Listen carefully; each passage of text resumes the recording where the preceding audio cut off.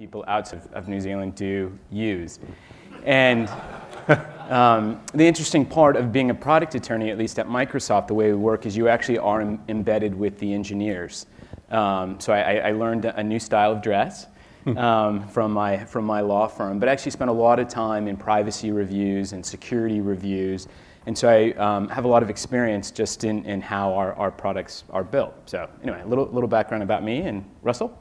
Yeah, thanks, Michael. So I'm Russell Craig. I'm Microsoft's National Technology Officer. And like Michael, I thought I don't want to be left out of Ignite. So when Rod down the back there was putting the track together, we said we'd love to talk about the trust story and trusted cloud, because we think this is a really important story for our customers and our partners to understand.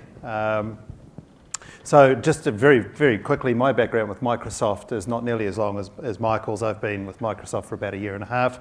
Prior to that, quite a long experience in the technology industry, offshore, and then many years in government. And I think why that's relevant is I've walked in the customer's shoes, and I have, on occasion, held responsibilities where trust was really quite central to your thinking about technology. For example, I was the privacy officer for the National Health Information Collections for a few years when I worked in health. So for me, to think about and talk about trust is really quite central to the broader conversations we have about what technologies should we adopt, why should we adopt them, how do we understand the risks, how do we mitigate those risks, how do we get comfortable with what we're doing. So hopefully you'll find this discussion really interesting. What Michael and I are going to try and do, because we both have a big role to play in sharing this story in New Zealand, we'll try and bounce back and forward and get a bit of a dialogue going here on the stage. So over to you, Michael, ready to kick us off. Yeah, absolutely. And as we start, has anyone ever asked themselves this question or been asked by a customer yet? And do you trust your cloud provider personally? No? All right. Well, maybe we'll try and change. If it's Microsoft, maybe we'll try and change that today. Yeah.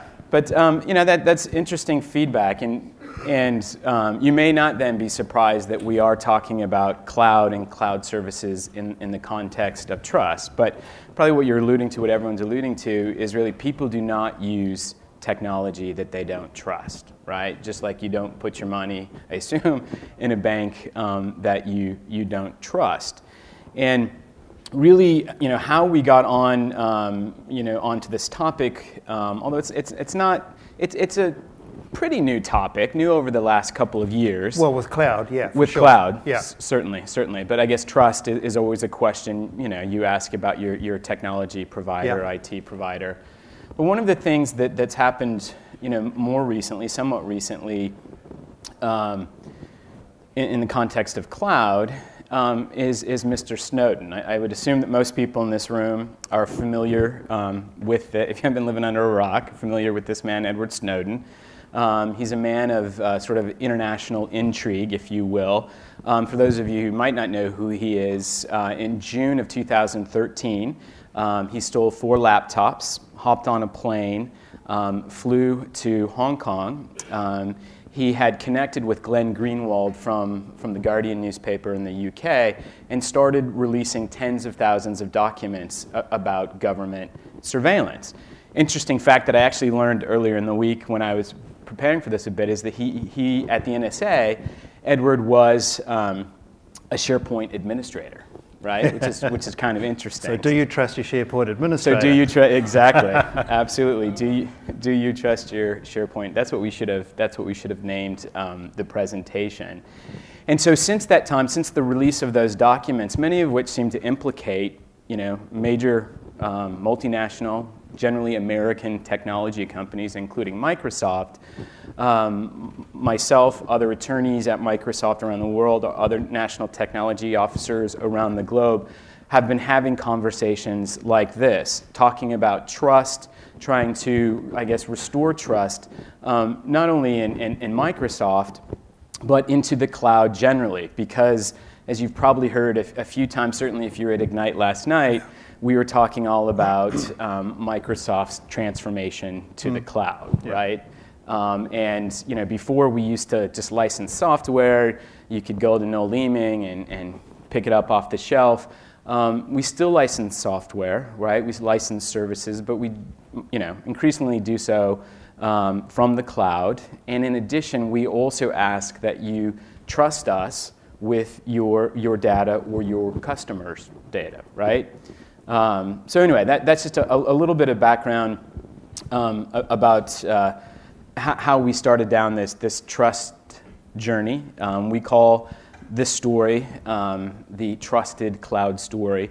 But it's not just about government surveillance, right? Edward Snowden and government surveillance. It's also about cybersecurity. Cybersecurity, yes. So on the one hand, we've got Edward Snowden and everything he's sort of shown the world about government surveillance.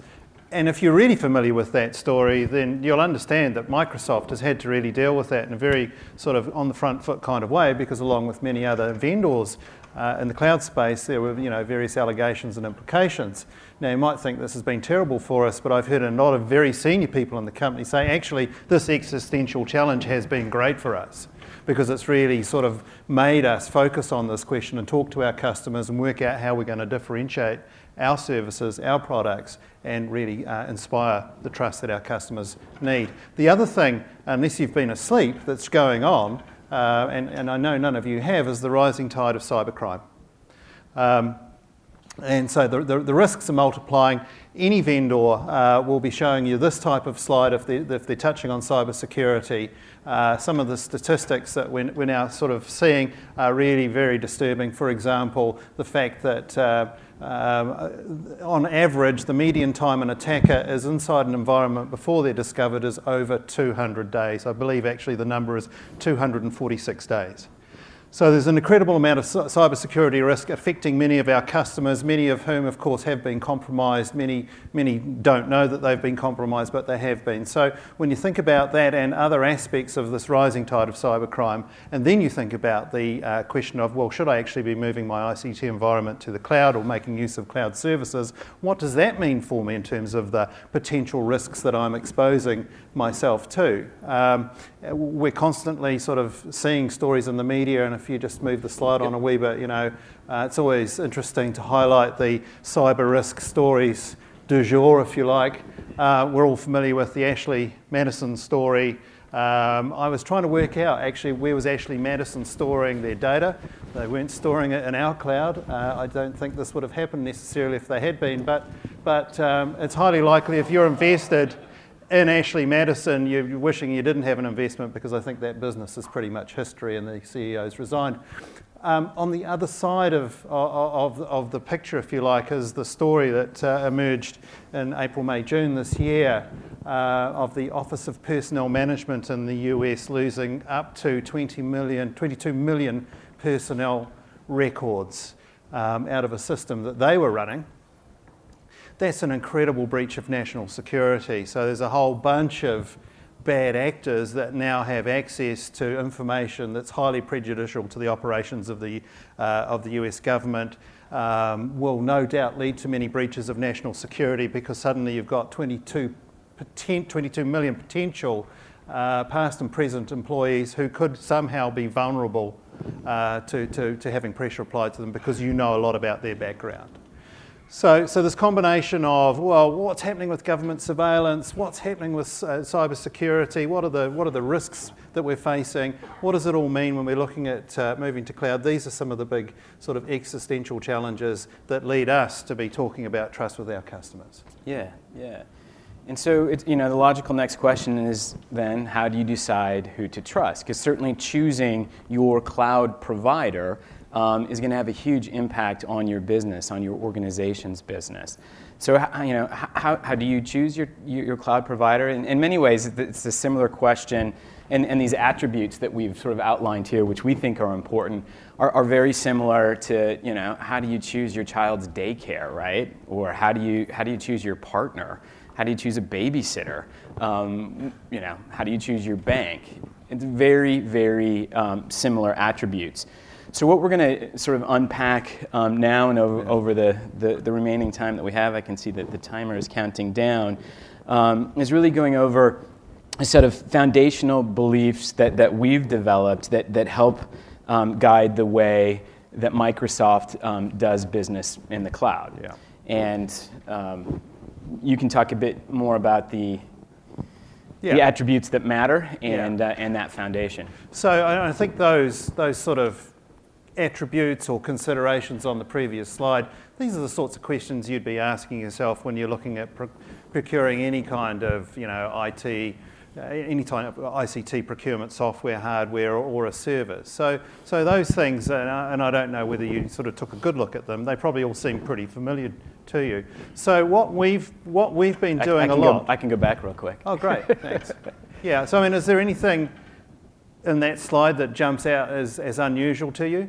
I'm imagining not.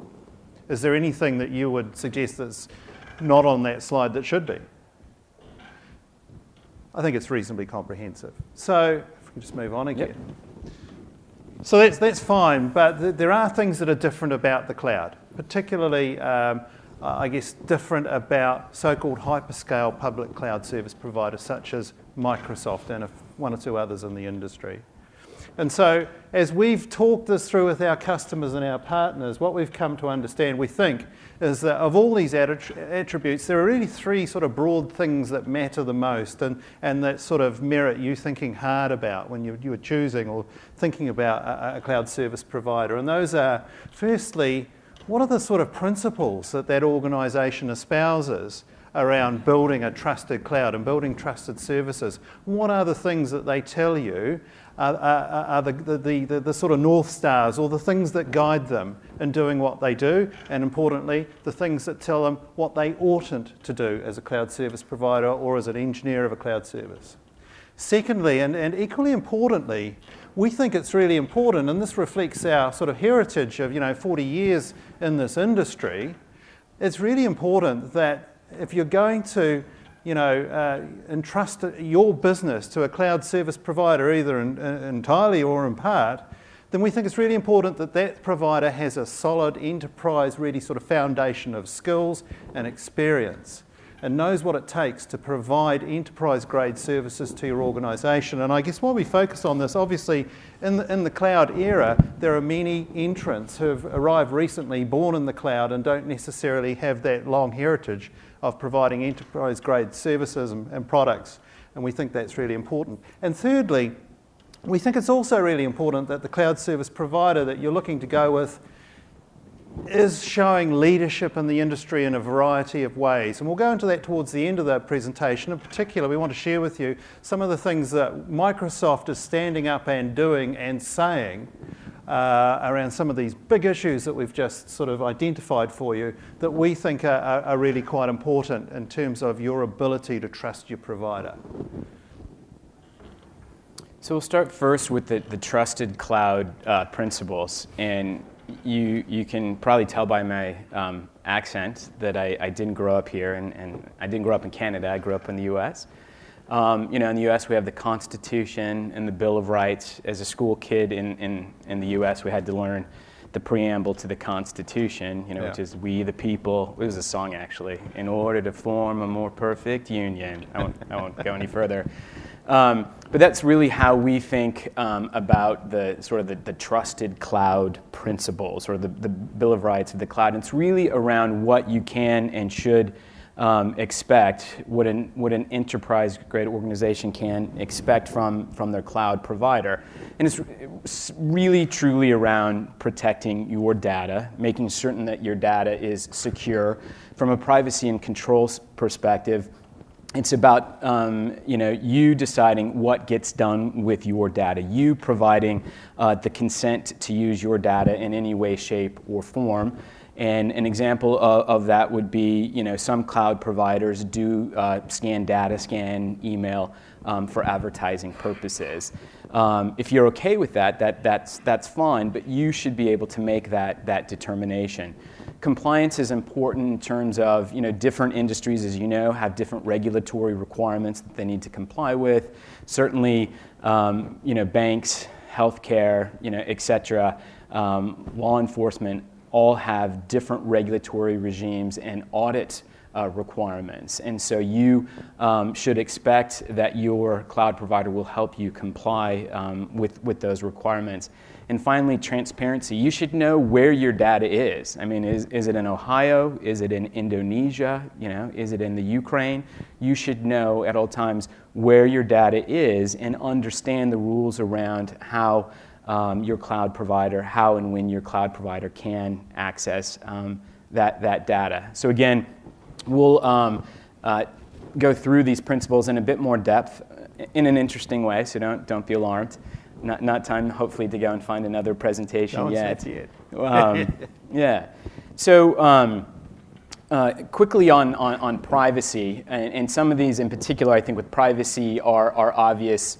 Maybe obvious to me because I used to sit through hundreds and hundreds of hours of privacy reviews for every product release at Microsoft. Sit in a room with engineers, and they had to explain to the lawyer, that was me, where the data was going and who had access to it and how it was being used. And so, from a privacy perspective, again, building on as one of the core principles, you should know. And you should always be in a position to give consent to how your data is used.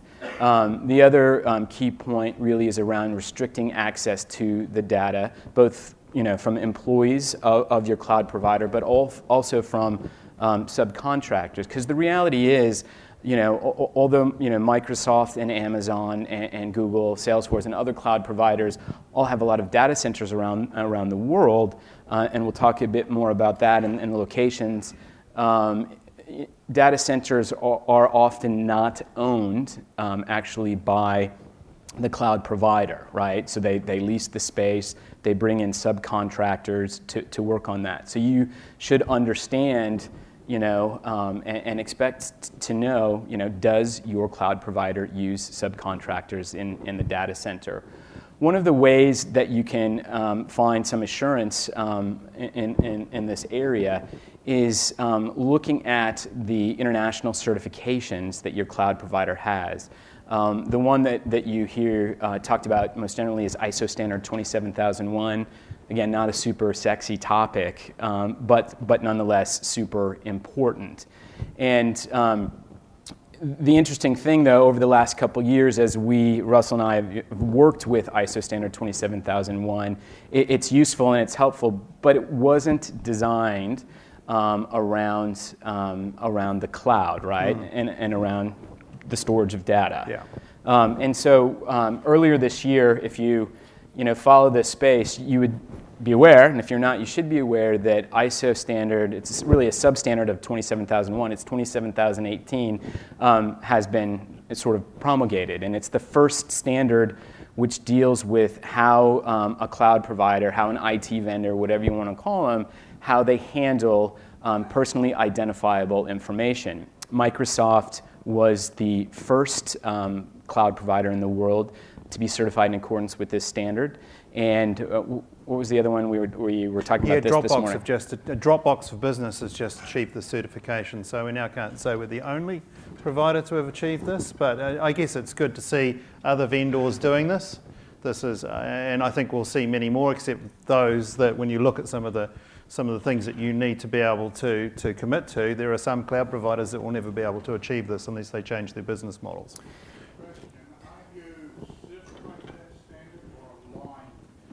It's a good question. It's a code of practice. It's so, and you achieve a certification that you are aligned to the requirements of the code of practice as a consequence of the ISO 27001 audit process that we at least go through on an annual basis. So it's the same auditors who, when they come through and do 27001, take a look at your processes and take a look at, in particular, your contractual arrangements, and will be able to give an attestation that says, yes, your practices comply with ISO 27018. And the key point is something you just said on that is that you have to, the certification requires that you actually contractually offer certain things. So it's not just about having it in your marketing material or on your website. There has to be sort of independent verification in your contracts as well, yeah, in addition to your systems. Yeah. Some of the key points are you in control of your data? Are customers of a cloud provider required to give consent to do anything with the data? You can read the slide, but it's really around knowing what's happening with your data, having certain de minimis security precautions in place, and as we'll discuss a bit further too, it's really around, and this is a result of the Edward Snowden, of Mr. Snowden. Yeah. It's knowing when law enforcement or some part of the government is asking for access to your account, right? To your email account, et cetera. And some of us get super excited about this stuff. And it's this last point, if we track it all the way back to Edward Snowden, so what have we had to deal with since then? A lot of sort of fear, uncertainty and doubt and genuine concern. Well, what the heck is Microsoft doing? Have they got the NSA turning up on a regular basis saying handing over data? Well, firstly, we're telling you we don't do that.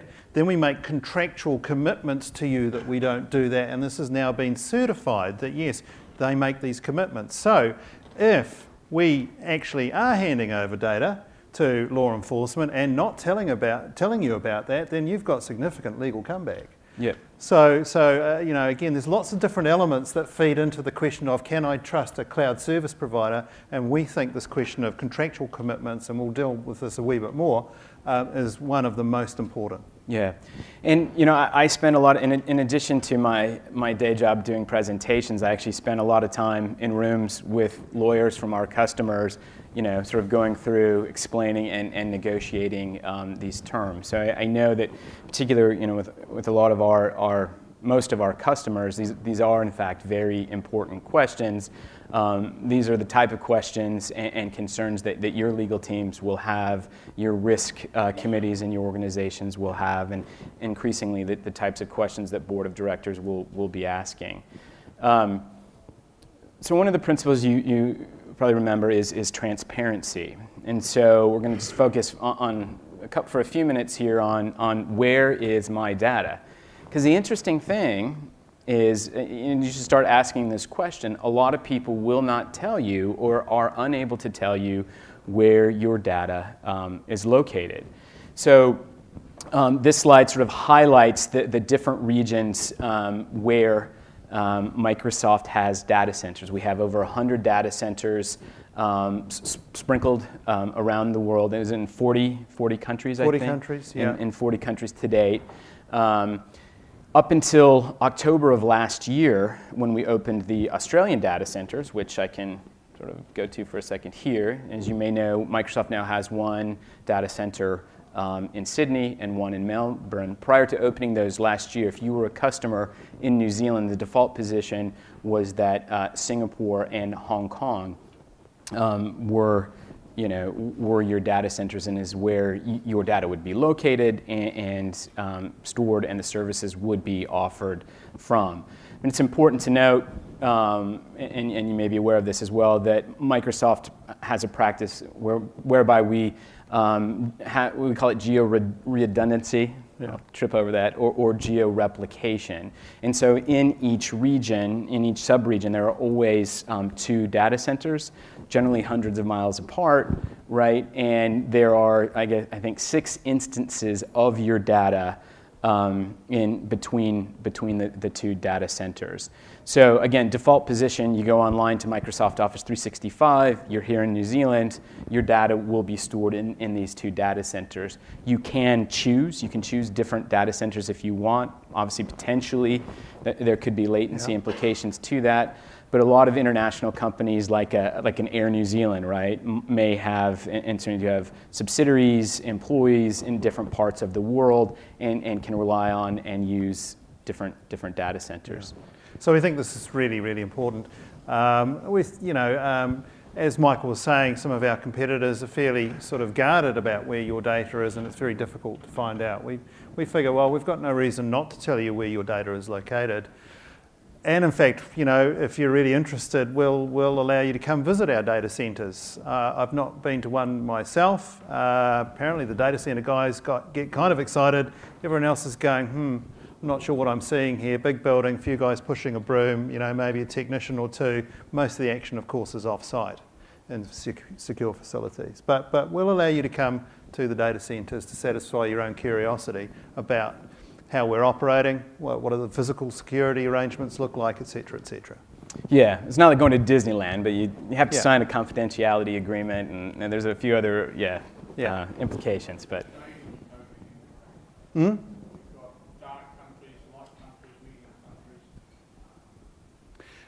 Certainly in China, we're operating an instance of Azure, but in that case, it operates on a different basis. So only Chinese customers can use that instance of Azure, and it's operated by a third party for various legal reasons that keep both the US and Chinese officials happy. And so it's part of the Azure cloud infrastructure, but it's an environment all of itself. So it's entirely separated from the rest of the world. India, I think, is just shaded that way to say we actually are planning data centres, and as for the rest of it, I'm not entirely sure what the shading means, to tell you the truth. So transparency on response to data requests. Again, this has become a big issue in the post-Snowden era. And as the lawyer from Microsoft New Zealand, if the New Zealand government or the New Zealand police want to request information, if they obtain a warrant, they email it to me, that comes into my inbox, and it goes, I then send it over to Microsoft Corporation. We have a whole team of people in Microsoft who, in our legal unit, who sit down and review subpoenas and warrants from around the world. Again, it's a process that is certified as part of the ISO 27018 review.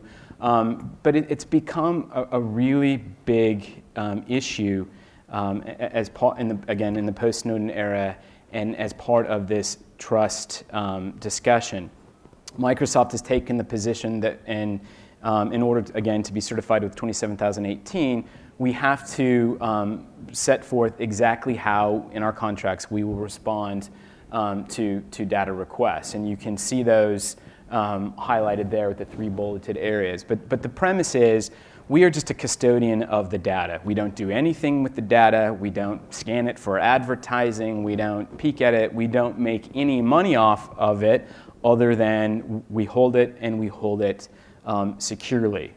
If government or law enforcement wants to access your data, they may only do so under a legally accepted means. We review that request, but our sort of modus operandi, our first port of call is you as the customer, because it is your data, and so we try where we can to redirect law enforcement directly to you. That said, as important as this topic is, and as of great, and it is of something that is of concern, I should say, to our customers. In reality, the statistic, and this might be about 6 months old, is that we have, I think, roughly 20 million cloud customers around the world.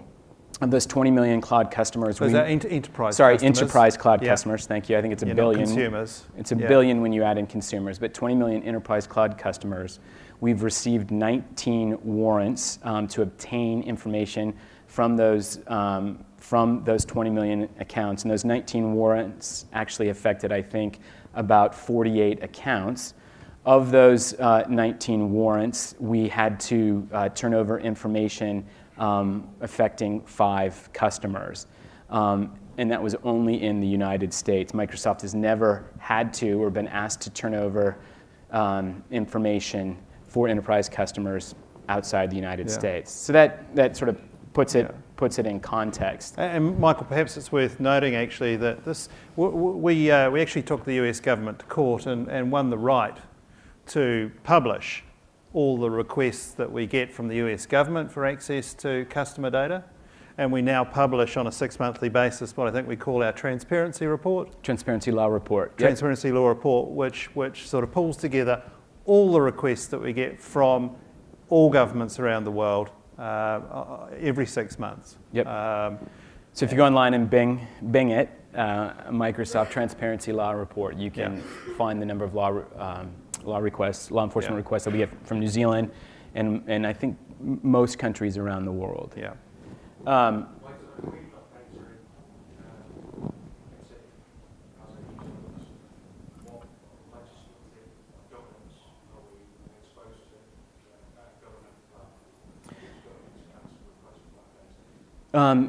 That's a great law school exam question, but generally the way you should think about it is the primary entity that would have access to that is the jurisdiction in which your data resides. So if your data is in a data center in Australia, most likely, the likeliest cause is probably, the Australian government, right? And they would have to seek some type of warrant. That said, the New Zealand government can, also seek to obtain that data, but because it's held offshore, they would have to coordinate. The police here would have to obtain a warrant.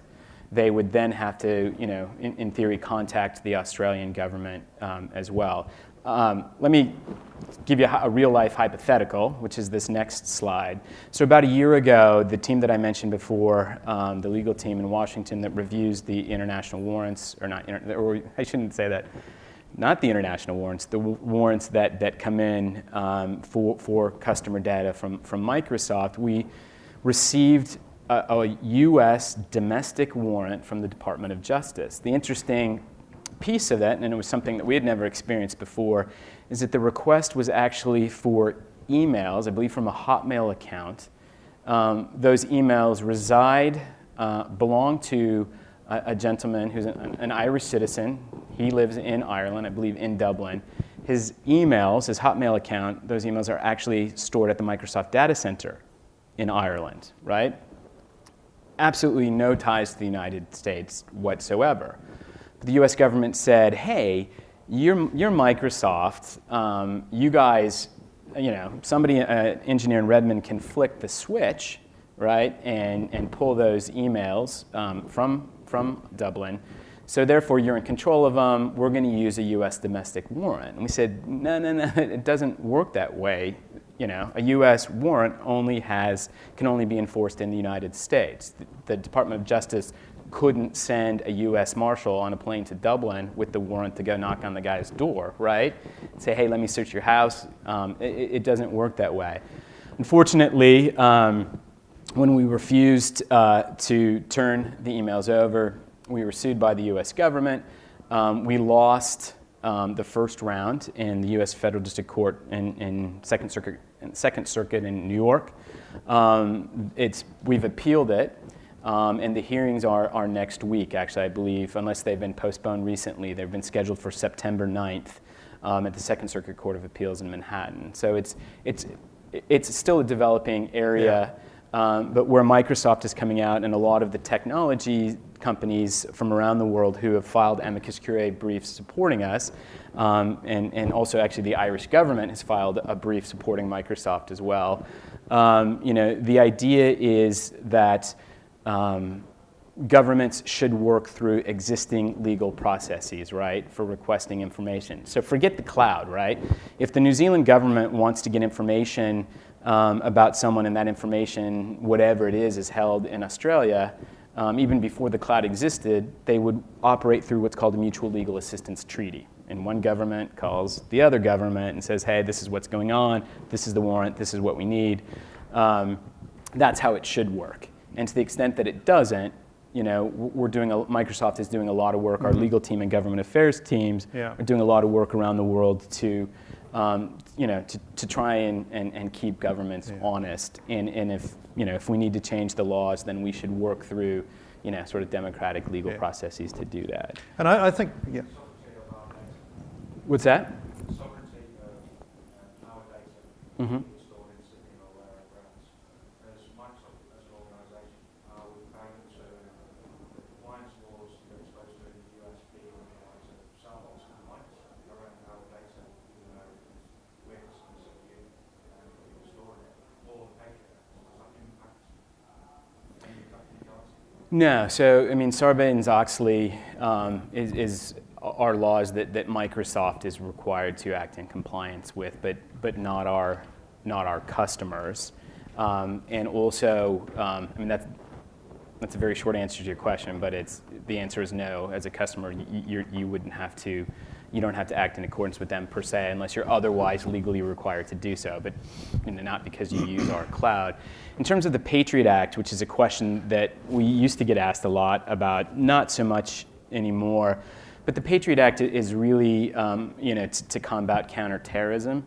So to the extent that you are involved in a business or somehow, money laundering stuff and trying to use our cloud to hide stuff or store stuff, you would be subject to the Patriot Act. But if you're not, if you're not involved in terrorism, it's not really an issue, right? What did you say? You sell? Yeah. Well, you never know what you can do with one of those, Enough. I mean to say that when the issue of warrant, the US warrant against a data center in Iceland, to get access to the data from Silk Road, which they legally obtain if you follow the internet. And so it's clear that the US government only follows process when it suits it. Well, I think what's equally clear, though, from this case and others is, and let's go back to it, we said at the beginning, we think of all the different attributes. What's the position that a cloud service provider is taking in terms of industry leadership? Yep. So we've said in this case, no, we're not handing over the data. Go through the Irish government.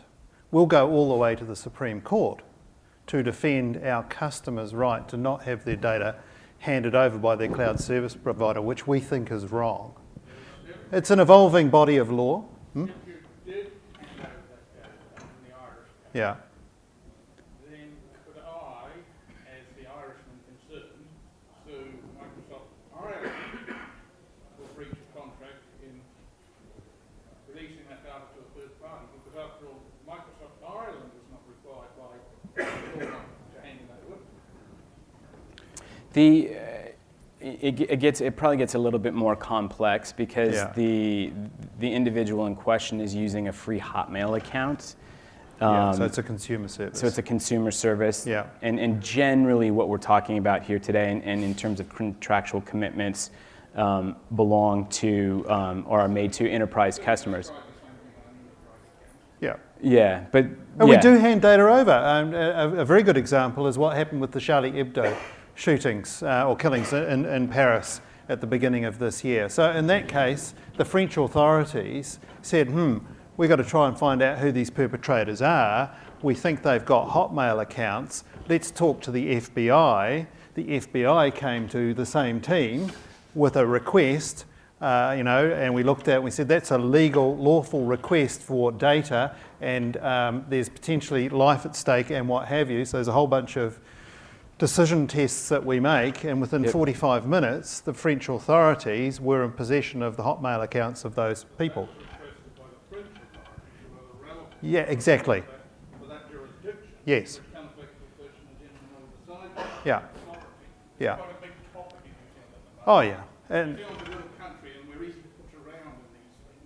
well, We're always aware that we sort of have to look out for it. well, indeed, and actually, this thing about being pushed around again, when you're looking at a cloud service provider, you need to ask yourself, what lengths will the cloud service provider go to protect me? What are their resources to protect me? How many service providers, in the face of a request from the Department of Justice to respond to a warrant, would just hand data over quietly, versus saying, no, guess what, we'll go all the way to the Supreme Court because we think that's wrong? it would have been a lot easier just to turn Yeah. it over. Are we under the jurisdiction of the US government by using Microsoft as a cloud service provider, regardless of what mechanism it is, or third party request, or are we under the jurisdiction of New Zealand or Australia? If there's a million different variations. The short answer is really you are under the jurisdiction of New Zealand or Australia, really, at the end of the day, right? But the reality is, whether it's the U.S. government or the New Zealand government or the Indonesian government or whomever, governments can ask for what they want. So absolutely, if you're a New Zealand citizen, and we're getting a little bit short on your slide, so I'll answer this quickly. If a New Zealand citizen here, is doing business somewhere or it's implicated, say, in a lawsuit in the United States, certainly the party, if one of the plaintiffs in the lawsuit is in the United States and they sue to obtain or discover, certain information, absolutely, under a mutual legal assistance treaty, they can request that information from the New Zealand government, from the Ministry of Foreign Affairs and Trade here. They'd probably go through the embassy in the U.S., and they would work out whether or not New Zealand has to turn over that information. That could happen inside the cloud. That can happen outside the cloud, right? So I think part of the issue is that. And I guess, and the other point is they'd even have to know that you had stuff in the cloud to begin with, which I don't know how they'd know that, but they might, right? They might figure it out. But part of the issue here is they're great questions because it's really trying to unpack the different layers. But what we're also trying to do, and it may be working well or not so well, is to help people understand that there is a paradigm that we operate under. We are transparent about that. We set forth in our contracts, and other cloud providers do too. Some do a good job, others don't. But really trying to be crisp about what the issues are and how to solve them and how to protect your data. Because many of these questions are questions of first instance, right? We'll see how the warrant case plays out. But we are gonna keep fighting it, right? And I think over time, these issues of data sovereignty will either become clearer, right, as to how they work and how they operate as we have more cases. But also, I think that probably people will, may become less concerned about them. Certainly, we've seen that with the Patriot Act, right? You really don't need to be concerned about the Patriot Act unless you're doing money laundering, like I said, or some terrorist act. But that often is, there was a question that I used to get asked a lot. Yeah.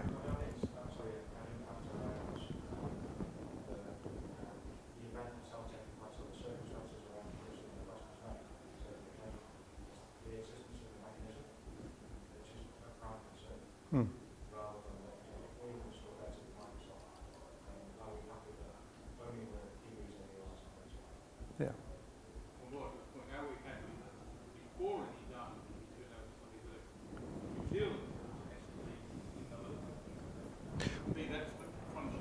Yeah. Well, I'm a New Zealand citizen storing data in Australia, say, Yeah. does a New Zealand or Australian court have to be in the loop, or can they be chopped right out of that, and somebody goes straight to Microsoft? Yeah. US, which is what useful to see what's happening in that Irish piece. Well, no, what they were trying to do, yeah. Yeah. But what they weren't able to accomplish. Yep. To sort of round it out, and again, we could talk about this for hours, right? And we will be talking about it for Russell and I will be here all afternoon if you guys are free after this. And I think you can tell from the conversation we've had, we do deal with this a lot globally. But again, we'd really encourage you to go and take a look at our transparency report. Because in the context of the Patriot Act, what is it, 19 requests over the whole of that time? Yep. Right? And only X number actually responded to. But it's all there to be discovered. And when you put that into context, then you ask yourself, okay, well, can I trust my cloud provider, and also can I trust the cloud per se? So there's the absolute risk, and then there's actual, in real terms, what is the scale of the risk that I'm exposed to here? And we would say vanishingly low. Look at the statistics, the number of requests, and then think about how we at least would respond to those requests, and then you can make your own judgment. Can I tell a really quick story? Yeah, sure. 30 seconds. Whatever. I know Go fast. I'm cutting into his slides. Yeah. I was doing a similar type presentation probably 6 months ago, and one of the questions from the audience was, but what do you do about drone attacks? And I was like, holy shit, I hadn't thought of that. Cower right? under the desk. Cowered under the, what do we do about drone attacks? And the only thing I could think to say was, all hell's going to break loose, right, when we're dealing with drone attacks. So we we don't have a drone attack policy. But or countermeasures policy, yeah. We have spent, more time trying to work through all the different data sovereignty issues, and so, absolutely happy to walk through them, because there are lots of, it depends. But I think the final point for me on that is that it shouldn't be as big of a concern as it is to people, and it generally isn't once you walk through the paradigm and how it works. But you absolutely should be able to ask these questions of your provider and have some sense of getting a sensible, robust answer rather than just being dismissed. So if we can move along. Yeah, I'll move over. From all the craziness of governments wanting to get access to your data, aside from the things that we do in the privacy domain, and we do to be sort of really transparent about what we do and we don't do with your data, and how we handle requests for law enforcement, what we will and won't do, and how far we will go to defend your interests. Obviously, you also need to have confidence in a cloud service provider in regard to the cyber security practices, or just the security practices. We don't have time here to go into depth on all of Microsoft's security practices, but I'm very confident in standing in front of any audience and saying that the lengths that we go to build and operate a secure cloud are extraordinary, unprecedented, industry-leading, and partly that's because we have the sheer capacity when you're operating at hyperscale. We're running well over 1 million servers, goodness knows how many cores, 100 data centers around the world. We've got an economy of scale and scope that we bring to the table that most of our competitors don't. And so we've got deep expertise that we can draw on. We've got deep pockets that we can use to invest all the way from physical security to operational practices and everything in between.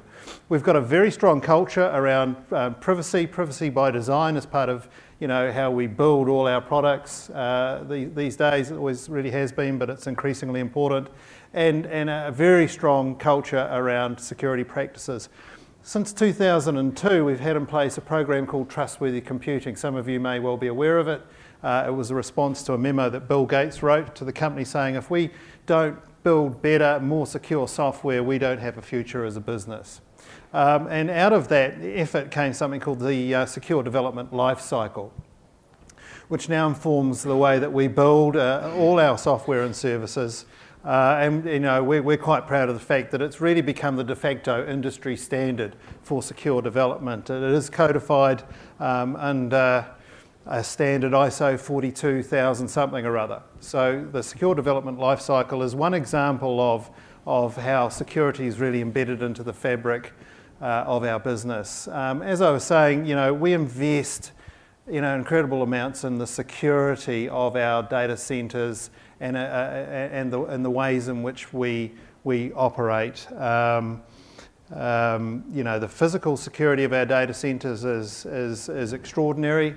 But I think some of the practices, our operational security practices, are worth noting. One is the fact that we run on a least privileges basis. So for any administrator of Microsoft to get access to your data, the procedure today is they have to go to an administrator and say, I need to access so-and-so's data. I've got to do a job on the virtual machine or something like that.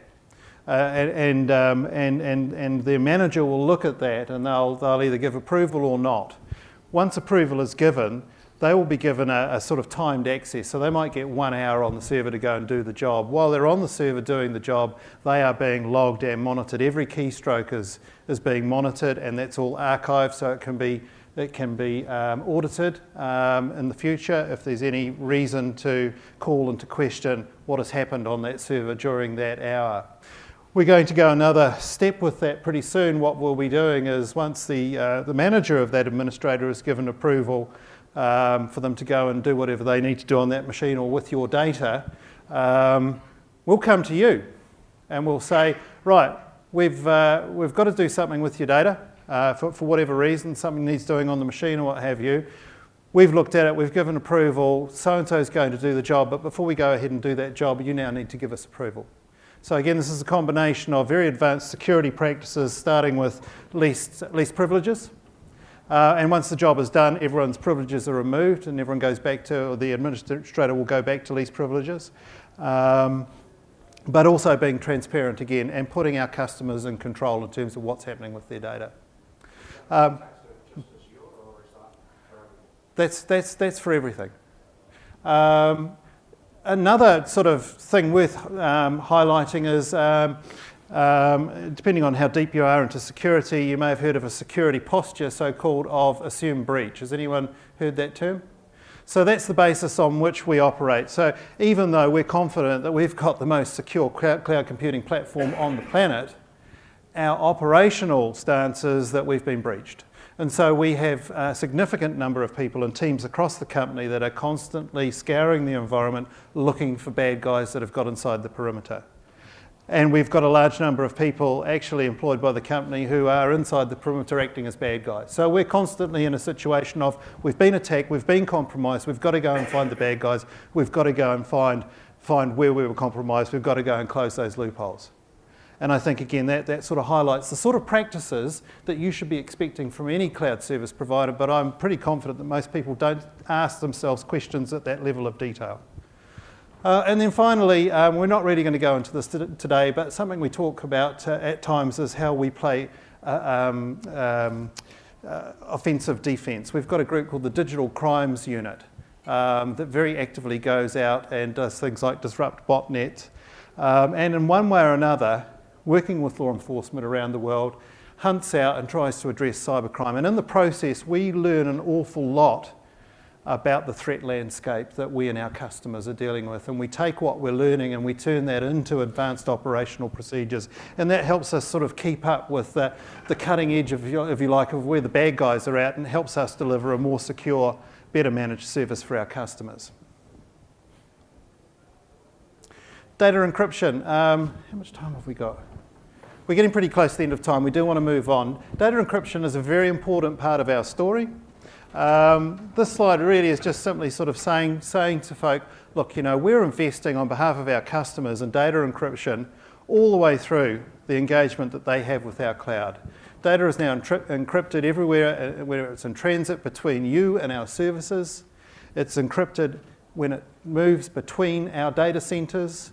It's encrypted when it's at rest within our data centres, and if you're keeping up with what we're doing in encryption, we're offering more and more and more capabilities to our customers to be able to apply their own encryption, potentially on top of our encryption. So we're just layering it on because this is one of the things that customers understand really helps them address their risk and have trust in the cloud. And finally, we're putting more and more tools in the hands of our customers, particularly those who are using our SaaS services, to be able to encrypt their end-to-end communications between their own users and between themselves and their customers or those that they're dealing with. And these are the sorts of features that you're increasingly seeing in products like Office 365.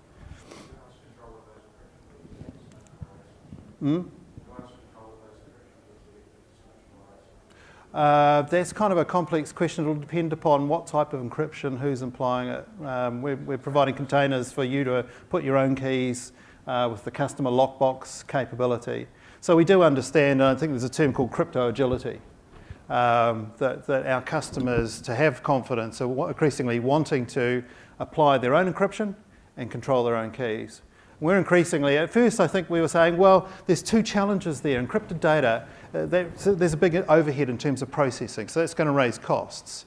And secondly, there could be a problem where you end up losing your keys, but you know, I think where we've got to is, well, that's your responsibility, right? And you know, wherever we can, we'll do what you want to give you the confidence that your data is protected.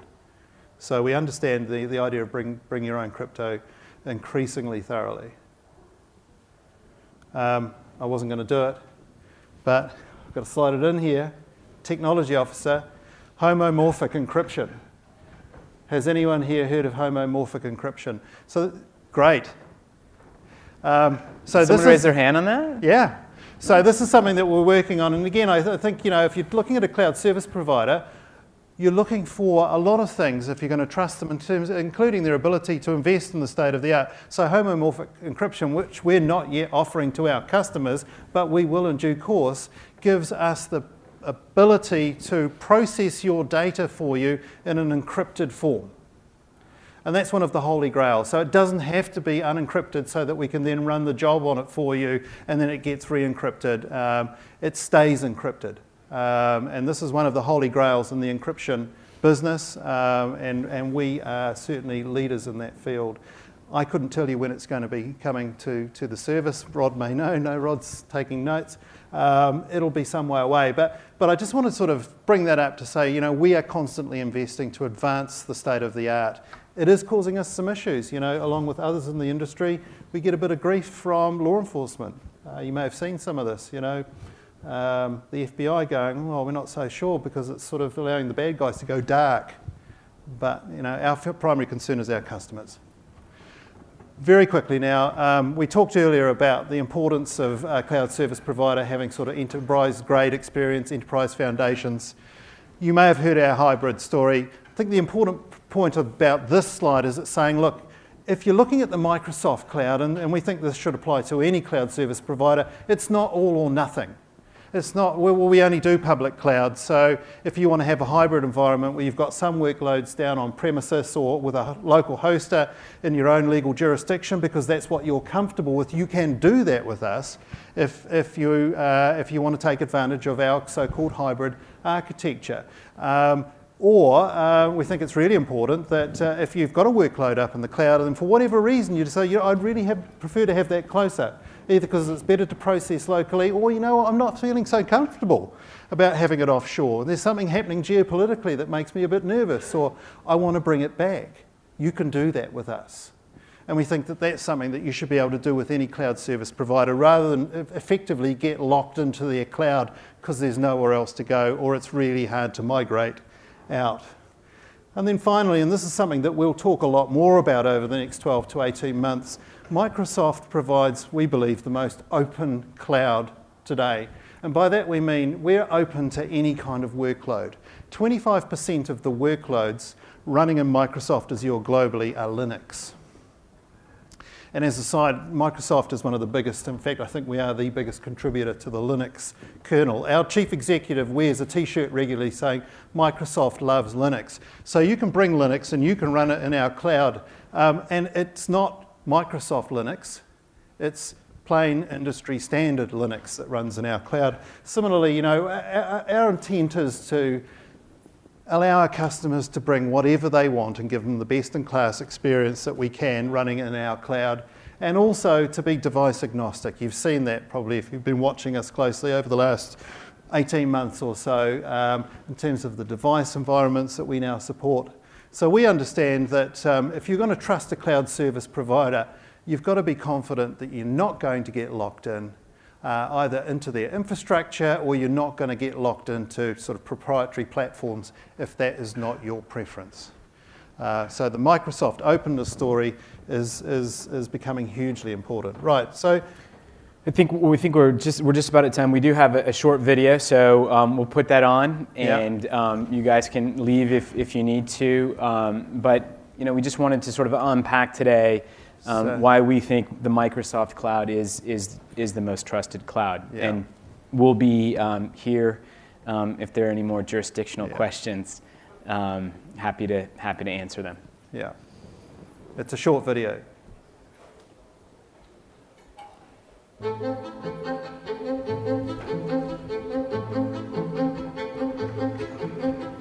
People won't use technology they don't trust. And with more than 2 billion devices connected to the cloud every day, trust in the cloud is critical. But concerns about government surveillance and the rise of cybercrime have eroded people's trust in the technologies they depend on to store and share information. At Microsoft, we work to protect customer data in our cloud, from the physical security at our data centers to best-in-class encryption across the internet to help ensure our customers stay in control of their own data. Our policies and programs respect your privacy. We never use customer email content for targeted advertising, and there is no cloud provider more committed to helping enterprise customers meet or exceed regulatory compliance and certification obligations when storing data in the cloud. Microsoft even invests in non-traditional means of helping protect our customers. Our Microsoft Cybercrime Center is home to the Digital Crimes Unit, a specialized group that uses big data analysis and cutting-edge forensics to protect customers from online threats and improve the security of the Microsoft cloud. But trust is bigger than how Microsoft handles data protection in our own products and services. Trust in the cloud cannot be achieved unless we make broader progress as an industry and a global society on the problems that undermine cloud trust worldwide. Microsoft has been at the forefront of the global policy debate on privacy, pressing for greater legal protections for cloud customers. On more than one occasion, we've taken the U.S. government to court. From fighting for the right to publicly disclose legal demands for customer information, to seeking to block a U.S. government warrant for customer information stored in our data center in Dublin, Ireland. We've opened transparency centers around the world to demonstrate the integrity and security of our software to governments. And we regularly publish information about requests we receive for customer data from law enforcement and governments worldwide to help ensure greater transparency and inform the public debate. Privacy has become a defining issue of the modern era. It's important to get this right. Trust cannot be taken for granted. You have to earn it. At Microsoft, we're working to do just that.